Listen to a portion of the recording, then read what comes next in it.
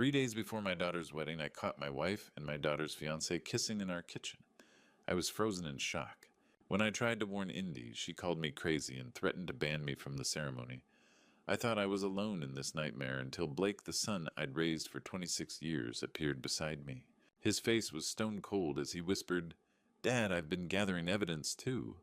But there's a secret about Mom that you need to know. Before I tell you this shocking secret, tell me, what city are you watching from right now? Comment your location below." 3 days before what was supposed to be the happiest day of my daughter's life, I walked into my own kitchen and discovered the lie that had been eating away at my family like cancer. 5 in the morning in our Highlands Ranch home, and I was already up restless with what I'd assumed were normal father-of-the-bride jitters. The Colorado sunrise was painting our kitchen windows gold as I padded downstairs in my slippers, craving that first cup of coffee before the wedding chaos began. The kitchen door was slightly ajar. I could hear Whisper's soft laughter. Probably Indy, I thought, coming over early to help with preparations. I pushed the door open and my world shattered. My wife of 26 years was pressed against our granite island, her silk robe half open with Drew's hands tangled in her hair. They were kissing like lovers completely lost in each other, completely unaware that the man who'd paid for everything they owned was standing 10 feet away. The coffee mug I'd been reaching for might as well have been on Mars. I couldn't move, couldn't breathe. My heart hammered against my ribs so hard I was sure they'd hear it. But they were too busy destroying my life to notice. 26 years of marriage, 26 years of trust of building this family, this home. And she was throwing it away for the 28-year-old who was supposed to marry our daughter in 3 days. Some survival instinct kicked in. Instead of confronting them, I backed out as quietly as I'd entered, my hands shaking so badly I had to grip the doorframe. They never knew I was there. I made it to my home office before the full impact hit me. This wasn't just an affair, it was a double betrayal. How long had this been going on, all those late book club nights? All those times Drew came over to visit Indy, but stayed for dinner, charming us with his stories about the law firm, his plans for the future, the secret phone calls, the new clothes, the expensive lingerie she claimed was for her confidence. God, I'd been so blind. But I couldn't think about my pain now. Indy deserved to know what kind of man she was about to marry. I found her later that morning in the living room, radiant with happiness as she reviewed seating charts. She had her mother's green eyes, the same eyes that had captivated me 30 years ago, the same eyes that had lied to me hours before. "Indy, sweetheart, can we talk privately?" She looked up already impatient. "Dad, I'm really busy. 3 days left and it's about Drew." The room went cold. She dismissed her wedding planner with a wave, then turned those green eyes on me like laser beams. "What about Drew? How do you tell your daughter that her fiancé is sleeping with her mother?" There are no words for that conversation. Honey, there might be some things about Drew you don't know. Things that might make you want to reconsider. Stop! Her hand shot up like a traffic cop. "Just stop right there. Indy, please. This morning I can't believe this." She jumped to her feet, face flushed with fury. "I cannot believe you're trying to sabotage my wedding with these crazy accusations. I'm trying to protect you. From what? From being happy." Tears of rage built in her eyes. "You're jealous, Dad. You can't stand that I'm not your little girl anymore. That's not... If you can't support my marriage and keep making up lies about Drew, then don't come to my wedding. I won't let you ruin the happiest day of my life." The words hit me like a physical blow. My own daughter choosing the man who was betraying her over the father who was trying to save her. I stood there watching her storm out, and for the first time in 50 years, I felt completely, utterly alone. The knock on my office door came at 9 sharp 3 soft raps that somehow managed to sound both respectful and concerned. I'd been sitting in my leather chair for hours, staring at the same spreadsheet, my mind replaying that kitchen scene over and over. "Come in," I managed my voice rougher than intended. Blake stepped through the doorway, and I could see immediately that he knew something was wrong. At 29, my adopted son had always been perceptive, able to read situations with an intuition that had served him well in business. His dark eyes took in my rumpled clothes, my unshaven face, the cold coffee mug. "Dad, you look like hell." I tried to force a smile. "Just wedding stress, son." But Blake had never accepted easy answers. He settled into the chair across from my desk, the same chair where he'd sat as a kid doing homework while I worked late. 26 years since Liana and I had brought him home, and he'd never been anything but the son I'd always wanted. "Dad, I've been watching you for weeks. This isn't wedding stress." His voice was gentle but firm. Something's eating at you, and I think I might know what it is. My heart stopped. Had he seen something too? I don't know what you mean. Mom and Drew. The words hung between us like a confession. I've seen them together when they thought no one was looking. The relief that flooded through me was so intense I felt dizzy. I wasn't crazy. Someone else had noticed. What did you see? Blake leaned forward. Little things at first. How they'd stop talking when someone walked into a room. How Drew always knew exactly how Mom liked her coffee. How she'd light up when his name came up. He paused, running a hand through his dark hair. Last week I came home early and saw them in the garden. They were just talking, but Dad, the way he was looking at her, wasn't how a son-in-law should look at his fiancée's mother. You believe me? I said. It wasn't a question, it was profound gratitude. Of course I believe you. Blake's voice carried conviction that made my throat tight. You're the most honest man I know. If you say something's wrong, something's wrong. For the first time in hours, I could breathe properly.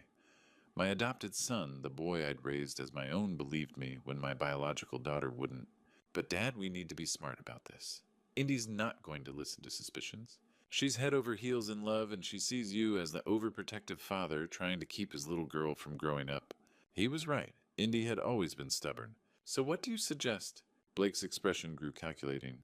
We need evidence. Real, undeniable proof that even Indy can't dismiss. And how exactly do we get that? A small smile played at his mouth. I know where they meet. Tuesday and Friday afternoons like clockwork. I can help you get the proof you need. Hope mixed with apprehension. This was my son adopted, or not. He was mine, and I was about to drag him into the ugliest situation our family had ever faced. Blake, if we do this, if we're right, everything changes. Your mother, this family Indy's wedding, it all falls apart. He met my eyes steadily. Dad, if we're right, then it's already fallen apart. We're just going to be the ones to catch the pieces. Blake moved toward the door, then turned back with an expression I'd never seen before, determined, protective, almost fierce. But we need to be smart about this. If we're wrong, we lose everything. If we're right... He paused, his hand on the doorknob. We need to be prepared for what comes next. 2 days before the wedding, Blake and I sat in my Honda, across from the Ritz-Carlton, Denver, watching the morning crowd flow through the revolving doors. There, Blake said, quietly pointing. Dad, that's Drew's BMW? I watched the silver sedan pull into valet. Drew stepped out with his usual confidence, handing over his keys like he owned the place. Every Tuesday and Friday afternoon, Blake explained, adjusting the camera in his lap. I noticed because I work from home. Mom always has errands, the same day's hair appointments that run long shopping trips that take hours. My jaw clenched. How many lies had I swallowed? There she is. Liana's white Lexus arrived exactly 15 minutes later. She stepped out wearing a red dress I'd never seen before, something she definitely hadn't bought for her husband's benefit. Now we wait, Blake said, raising the telephoto lens, and document everything. 2 hours felt like eternity. Blake had brought coffee, turning our stakeout into a grim parody of father-son time. We talked about work, sports, anything except what we were doing while keeping our eyes fixed on that entrance. When they emerged, I wasn't prepared for the gut punch. They walked close but not touching, maintaining professional distance. But Blake's camera caught what others might miss. Drew's hand briefly on Liana's back, the way she leaned into him, the smile I hadn't seen directed at me in years. Follow at a distance, Blake instructed as I started the engine. They walked 3 blocks to Mercantile Dining and Provision, settling into a corner booth, with the familiarity of regular customers. Through the windows we had a clear view. Can you get the shot? I asked. Blake adjusted the lens. Crystal clear. That's when it happened. Drew reached across the table, took Liana's hand. She leaned forward, and they kissed, not a friendly peck, but the passionate kiss of lovers. The camera clicked rapidly. Got it, Blake said grimly. Multiple angles. I stared at the photos on the display screen, my marriage reduced to digital evidence of betrayal. Undeniable proof that my wife was cheating with our daughter's fiancé. But Blake was studying something else, his brow furrowed. Dad, look at this. He zoomed in on their table. See that receipt Drew just signed? I squinted at the small screen. The numbers were barely visible. $300, Blake said quietly. For lunch. Dad, I've eaten there. A nice meal for 2 runs, maybe $70 tops. He looked up at me, wheels turning in his analytical mind. Drew's a junior associate at Morrison & Associates. I looked up their salary ranges, maybe $75,000 a year before taxes. So where's he getting the cash to drop $300 on lunch? The question hung between us like a smoking gun. This wasn't just about an affair anymore. This was about money, lots of it coming from somewhere it shouldn't be. Blake, I said slowly, I think we need to dig deeper into Drew's finances. Back in my office that evening, I spread the surveillance photos across my desk like evidence in a murder case. Each image told the same damning story: my wife having an affair with our daughter's fiancé. The proof was undeniable and devastating. Blake sat across from me, unusually quiet, as I organized the photos chronologically. We'd been partners for less than 24 hours, but I felt closer to him than anyone in months. These are perfect, I said, holding up a clear shot of them kissing. Even Indy won't be able to deny this. But Blake wasn't studying the photos. He was staring at his hands, face pale and troubled. Dad, there's something I need to tell you. Something in his voice made me set down the photos.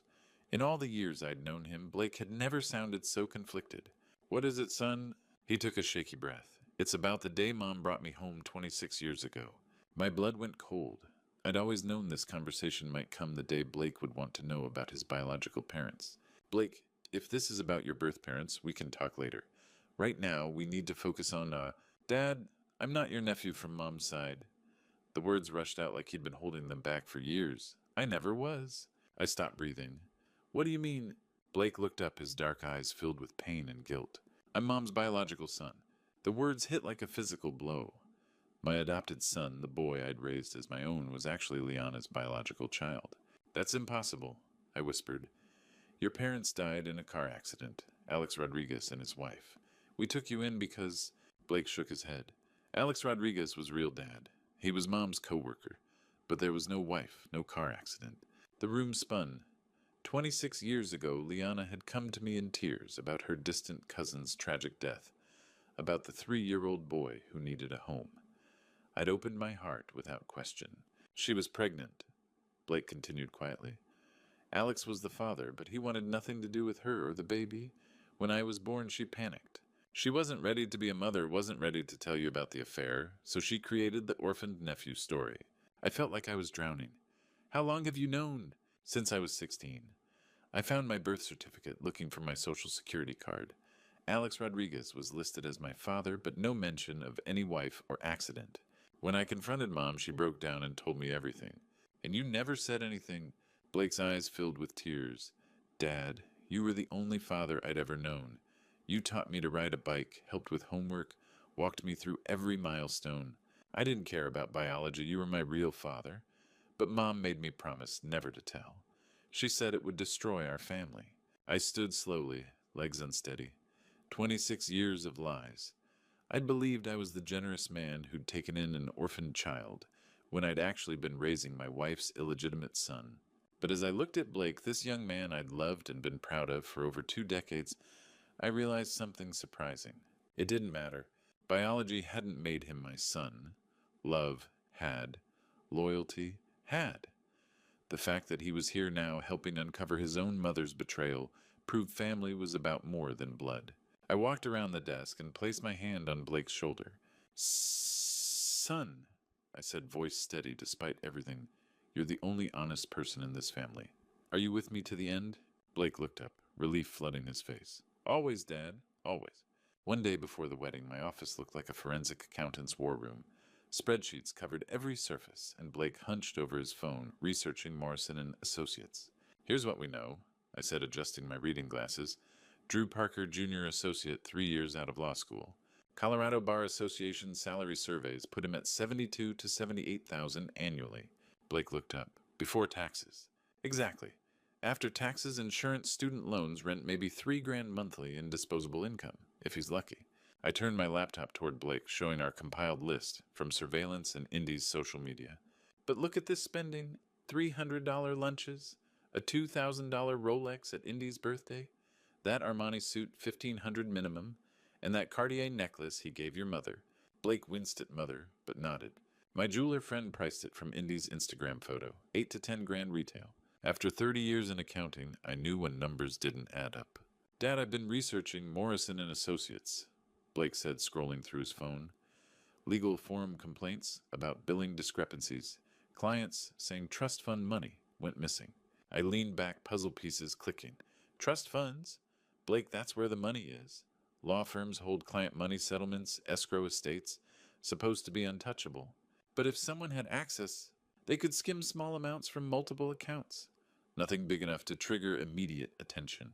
Blake's fingers flew over his screen. Dad, look.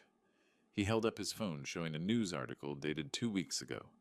Morrison and Associates under investigation for client fund irregularities. My heart pounded. Read it. The Colorado State Bar opened an investigation following multiple client complaints regarding missing trust account funds. Sources suggest irregularities may total over $200,000. $200,000. Enough to fund an expensive affair with hotel rooms, jewelry, and $300 lunches. Keep looking, I said, CPA instincts in full gear. Blake's face paled as he found another article. Here, investigation focusing on junior associates with trust account access. One associate suspected of creating false billing entries and diverting client funds. Does it mention Drew? Blake kept reading, then looked up grimly. Not there, but I found this court filing. He showed me his screen, a formal complaint by Catherine Blake, alleging Drew Parker misappropriated $15,000 from her late husband's estate settlement. Blake, I said slowly, Drew isn't just cheating on our daughter with her mother. He's been stealing from clients to pay for it. The betrayal's scope was staggering.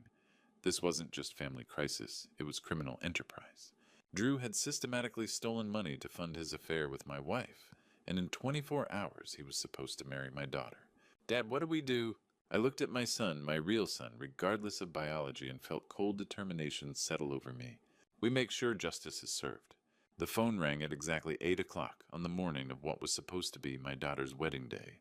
I was in the kitchen, the same kitchen where I'd discovered my world falling apart 3 days ago, pouring my third cup of coffee when the caller ID showed an unfamiliar Denver number.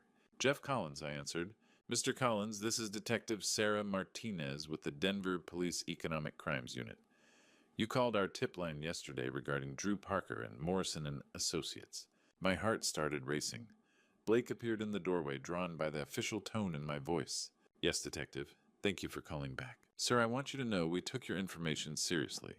We've opened a preliminary investigation, and Morrison and Associates has been cooperative in providing records. Your anonymous tip corroborated several complaints we'd already received. I put the call on speaker so Blake could hear. What kind of complaints? Client trust fund discrepancies, falsified billing records, unauthorized withdrawals. We're looking at a pattern of embezzlement that could total upwards of $250,000 over the past 18 months. Blake's eyes widened. This was even bigger than we'd suspected. Detective, I have additional evidence, photographs, timeline, documentation, financial records I've compiled using my accounting background. We'd like to see everything you have, Mr. Collins. Can you come to the station this morning? That's the problem, I said, glancing at the clock. My daughter's wedding is today at 4 o'clock. Drew Parker is the groom. There was a long pause on the other end of the line. Mr. Collins, I understand this is a difficult situation, but we can't make an arrest without a warrant. The evidence needs to be reviewed by the district attorney's office, and that process takes time. How much time? If your evidence is as solid as you say, we could potentially have a warrant by this afternoon. But I need to be clear. We can't guarantee timing. Blake leaned forward. Detective, what if we can guarantee Drew will be at a specific location at a specific time? You mean the wedding? 200 guests, including several prominent members of the legal community. I said, Drew isn't going anywhere. Detective Martinez was quiet for a moment, then, Mr. Collins, if you can provide us with the evidence you mentioned, and if the DA's office agrees to expedite the warrant, we can have officers present at the wedding venue. But this has to be done by the book. I understand completely. Can you be at the station in an hour? Bring everything you have. We'll be there. After I hung up, Blake and I looked at each other across the kitchen island where this nightmare had begun. Dad, are you sure about this? Once we hand over that evidence, there's no going back. Drew gets arrested. Mom's affair becomes public record. Indy's wedding becomes a crime scene. I thought about my daughter, probably at the salon right now, getting her hair done, completely unaware that her fiancé was a criminal and her mother was a cheater. I thought about the guests who would arrive in a few hours expecting a celebration. I thought about the life I'd built over 26 years, all of it based on lies. Blake, your mother and Drew made their choices. They chose deception over honesty, crime over integrity. They chose to build their relationship on stolen money and broken promises. I picked up the manila folder containing all our evidence photos, financial records, timeline documentation. I won't let my daughter marry a criminal, and I won't let them get away with what they've done to this family. Blake stood up, his expression resolute. Then let's go make sure justice is served. An hour later, we sat in Detective Martinez's office watching her review our evidence with the methodical attention of a seasoned investigator. Mr. Collins, she said, finally looking up from the photographs, if your evidence checks out, we'll have that warrant by this afternoon. I met her eyes steadily. Detective justice takes time, but today the truth comes out either way. 2 hours before the ceremony, I stood in my bedroom mirror, struggling with my black tie. My hands shook, not from nerves, but from the weight of what I was about to do. Blake appeared behind me in the reflection, calm and determined. Here, Dad let me help. He took over the tie, fingers steady where mine had failed. You taught me this when I was 12, for the father-son dinner at school. I remembered. 26 years of being his father, and it had taken this crisis to realize biology meant nothing compared to loyalty. Blake, what if I'm making a mistake? What if there's another way that doesn't destroy Indy's wedding day? Through the window, I could see our backyard transformation. White chairs in perfect rows, the flower-covered arch, string lights ready for magic. Everything Indy had dreamed of. Dad, look at me. Blake's voice was firm as he finished my tie. I turned to face my son, the only person who'd chosen truth over lies. Drew Parker's stealing money to fund an affair with his fiancé's mother. Mom's been lying for 26 years. Indy's about to marry a man who will destroy her life. He paused, eyes intense. You're not destroying her wedding. You're saving her from a lifetime of lies. A knock interrupted us. Indy's BMW in the driveway. My heart clenched. She was here for last-minute details. I found her in the living room, radiant in a sundress, hair and an elaborate updo. She looked like her mother at that age, beautiful, confident, unaware of lurking darkness. Dad, her voice was cool. Ground rules for today. Ground rules. No drama. No accusations. No upstaging my moment. Her green eyes were hard. I'm allowing you to attend because Blake convinced me you'd behave. Don't make me regret it. The words stung. In her mind, I was the paranoid father poisoning her against her beloved. Indy, I just want you to be happy. Then smile, walk me down the aisle, and keep your conspiracy theories to yourself. She left, leaving me among family photos, chronicling 26 years of what I thought was happiness. Blake appeared beside me. Dad, look outside. Through the window, Drew greeted early guests with trademark charm, expensive tuxedo, perfect smile, firm handshake. To everyone watching, he was the ideal groom, successful, handsome, devoted. Only we knew the truth. He's good at the performance, I said quietly. The best liars always are. Blake straightened his tie. But performances end, and when this one does, everyone will see who he really is. I watched Drew embrace Indy's roommate laugh, with groomsmen play perfect son-in-law with Liana's sister, a master manipulator who'd been manipulating my family for months. I straightened my tie and looked in the hallway mirror. The man staring back looked older than 3 days ago, but his eyes were clear and determined. It's time she learned what kind of man she almost married.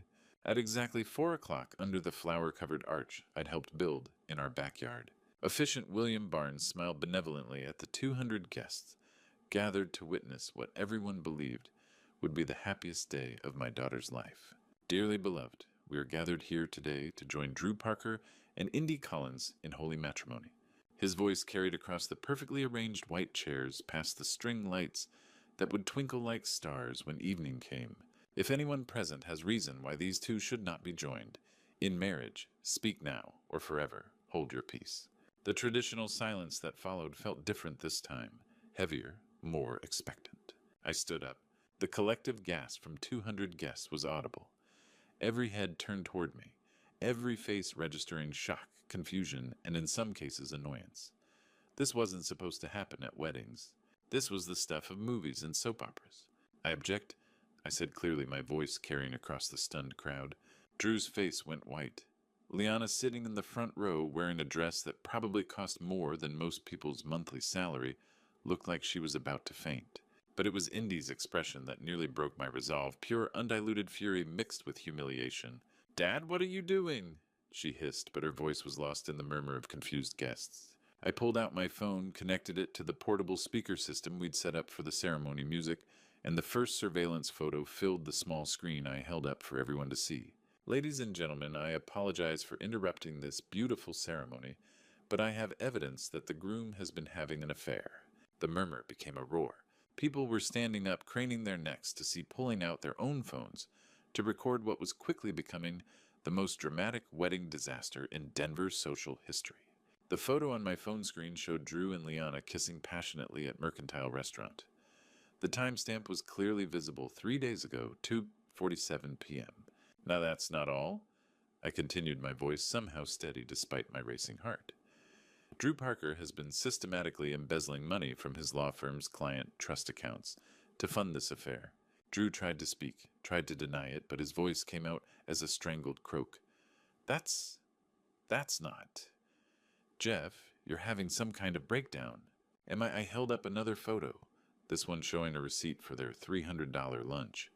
Drew, you make $75,000 a year.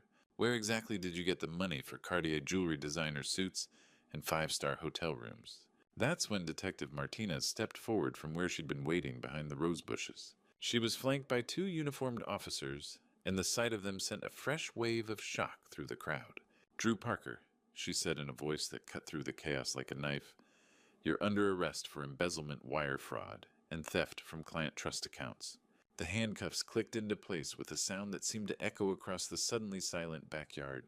Drew's expensive tuxedo looked ridiculous now, his perfect hair disheveled, as the officers read him his rights. But I wasn't finished. And as for the affair, I said, turning to face Liana, who was now standing and trying to edge toward the house, it gets worse. I looked out at the crowd of family and friends, people who'd known us for decades, people who thought they understood our family. My wife has been lying to me for 26 years. Blake Collins, the young man you all know as my adopted nephew, is actually Liana's biological son. She was pregnant before she married me, and she hid that truth for our entire marriage. Blake stepped forward from where he'd been standing with the groomsmen, his face calm despite the chaos around us. It's true, he said simply, and I'm proud to call Jeff Collins my real father regardless of biology. Indy looked like she'd been struck by lightning. She stared at me, then at Blake, then at her mother, who was now crying and trying to push through the crowd of guests. Dad, Indy whispered, her voice barely audible above the commotion, is it all true? I walked toward her past the overturned chairs and shocked faces, past the ruined wedding cake and scattered flower petals. Every word, sweetheart. I'm sorry it had to happen this way, but I couldn't let you marry a criminal. Indy looked at Drew, now being led away in handcuffs, then back at me. Tears were streaming down her face, ruining her perfect makeup. But for the first time in months, her eyes weren't filled with anger when she looked at her father. She took my hand. Dad, I'm so sorry I didn't believe you. 6 months after the wedding that never was, I sat in my new townhouse kitchen in Littleton watching Blake flip pancakes, while morning sunlight streamed through windows that had never witnessed lies. The house was smaller than our old Highlands Ranch estate, but every square foot was built on truth. No secrets lurked in corners. No deceptions hid behind family photos. Dad, blueberries in yours? Blake asked, spatula in hand. Always, I said, sipping coffee that tasted better than any in years. Indy should be here soon. She's bringing someone to meet. Blake grinned. The mysterious Tom. It had taken months of family therapy, but Indy and I had rebuilt our relationship from scratch. She'd learned to trust my judgment. I'd learned to trust her choices. It worked because it was honest. The legal aftermath was swift. Drew got 4 years federal prison plus full restitution. The Colorado bar disbarred him permanently. Liana moved to Phoenix after our divorce was finalized. I'd sold the old house, couldn't live surrounded by 26 years of memories built on lies. This place was where Blake and I could start fresh. Blake had legally changed his name to Collins. The paperwork was just formality. He'd been my son since age 3. But seeing Collins on his driver's license meant everything. We'd started Collins and Associates Financial Services together. Blake handled technology and marketing while I focused on accounting and clients. Smaller than my old firm, but more satisfying. The doorbell rang. Blake wiped his hands. That'll be Indy. I opened the door to find my daughter, radiant and nervous, holding hands with a tall, earnest man in his early 30s. Kind eyes, firm handshake qualities I'd learned to value above charm. Dad, Blake. Indy said brightly, meet Tom Richardson. Tom, this is my father Jeff and my brother Blake. Tom stepped forward with genuine warmth. Mr. Collins, I've heard so much about you. Indy talks about you constantly. All good things, I hope. The best. She told me about the wedding, how you saved her from the biggest mistake of her life. That takes real courage. Indy squeezed Tom's hand, then looked at me with eyes holding no anger, just love and gratitude. Dad, I've learned to value your judgment. If you like Tom, then I know he's right for me. If you have concerns, I promise to listen.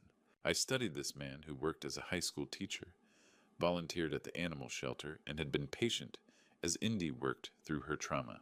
Tom, I said, extending my hand, welcome to our family. Thank you for loving my daughter the way she deserves. As we sat down to breakfast in my honest kitchen, surrounded by people who'd chosen truth over comfort, I realized something profound. Losing everything had taught me what really mattered. The business was thriving. Blake and I made a great team helping small business owners achieve dreams instead of managing finances for people who'd forgotten integrity. Indy was happier than I'd seen her in years, dating a man who valued honesty over expensive gifts. We had Sunday dinners every week now, a tradition built on openness instead of secrets. Sometimes we talked about the past, but mostly we focused on the future we were building together. So Tom, Blake said, passing the syrup, what are your intentions with our sister? Tom laughed, completely at ease. To love her, support her dreams, and never lie to her. Ever. I smiled, watching my children, both of them biology, be damn welcome this good man into our family. We'd been broken by betrayal, but we'd rebuilt ourselves stronger. Family isn't about blood or shared history. It's about loyalty, honesty, and the courage to do what's right, even when it's hard. And that was a foundation worth building on. Looking back on this true story, I realized that sometimes God puts us in impossible situations not to break us, but to show us what we're truly made of. 3 days that changed everything taught me that family isn't defined by blood. It's defined by loyalty, truth, and the courage to stand up for what's right. Blake proved that love makes a father, not genetics. Indy learned that wisdom often comes disguised as disappointment.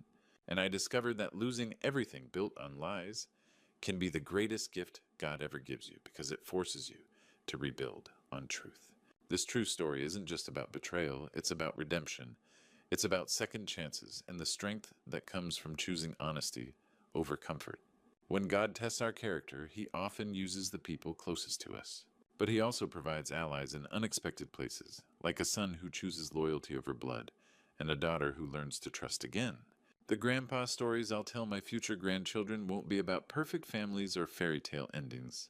They'll be about real people making hard choices, about the courage it takes to do what's right when everything is falling apart. These grandpa stories will teach them that integrity isn't just a word, it's a way of life. God works in mysterious ways, and sometimes His greatest blessings come wrapped in our deepest pain. If this true story touched your heart, please share your thoughts in the comments below. Have you ever had to choose between comfortable lies and painful truths? Don't forget to subscribe to our channel for more real-life stories that matter. Your support means the world to us, and together we can keep sharing the grandpa stories that remind us what truly matters in life.